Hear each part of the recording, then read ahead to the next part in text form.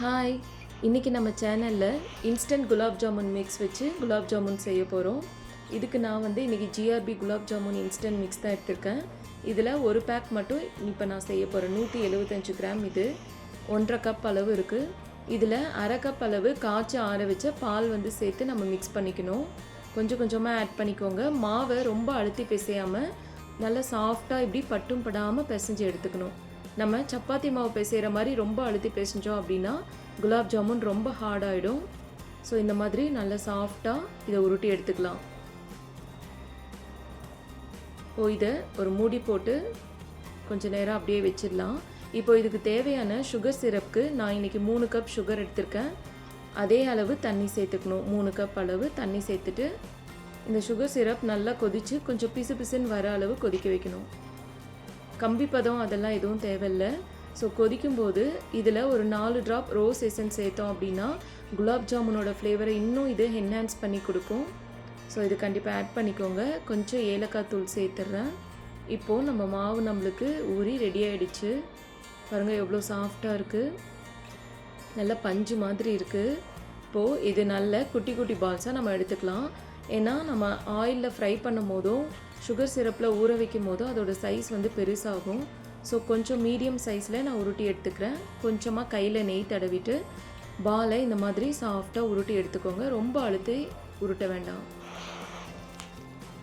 இந்த மாதிரி வெடிப்பு இல்லாமல் உருட்டிக்கலாம். ஸோ எல்லாமே உருட்டியாச்சு. பாருங்கள், எதுவும் கிராக்ஸ் இல்லாமல் உருட்டி எடுத்துக்கிறேன். இப்போ ஒரு வானலில் 1/2 லிட்டர் அளவு நான் ஆயில் சேர்த்துக்கிறேன். எண்ணெய் ரொம்ப சூடாகக்கூடாது. இந்த மாதிரி பபிள்ஸ் வரும்போதே கொஞ்சமாக இப்படி கலந்து விட்டுட்டு நம்ம ஒவ்வொன்றா போட்டோன்னா அது அடியில் போய் செட்டில் ஆகாமல் இருக்கும். ஸோ ஒவ்வொன்றா போட்டு இப்படி கலந்து விட்டுட்டே இருங்க.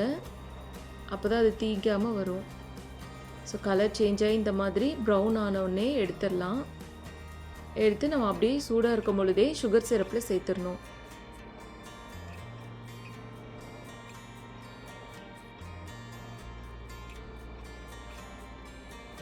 சேர்த்து லைட்டாக கலந்து அப்படியே விட்டுருங்க, அது ஊறி வரும்.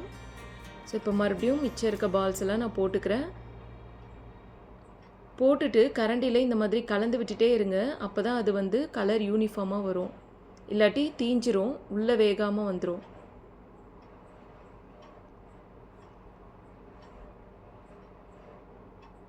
ஸோ அவ்வளோதான், எல்லாத்தையுமே சுகர் சிரப்பில் சூடாக இருக்கும் போதே சேர்த்தாச்சு. இதை ஆல்மோஸ்ட் ஒரு 1 hour அந்த மாதிரி நம்ம ஊற விட்டோம் அப்படின்னா சுகர் சிரப் ஃபுல்லாக அந்த ஜாமுன் உறிஞ்சி நல்லா சாஃப்டாக வந்துடும். பாருங்கள், இப்போ நல்லா ஊறி வந்திருக்கு. எந்த கிராக்ஸும் இல்லாமல் நல்ல சாஃப்டான குலாப் ஜாமுன் சூப்பராக ரெடி ஆகிடுச்சு.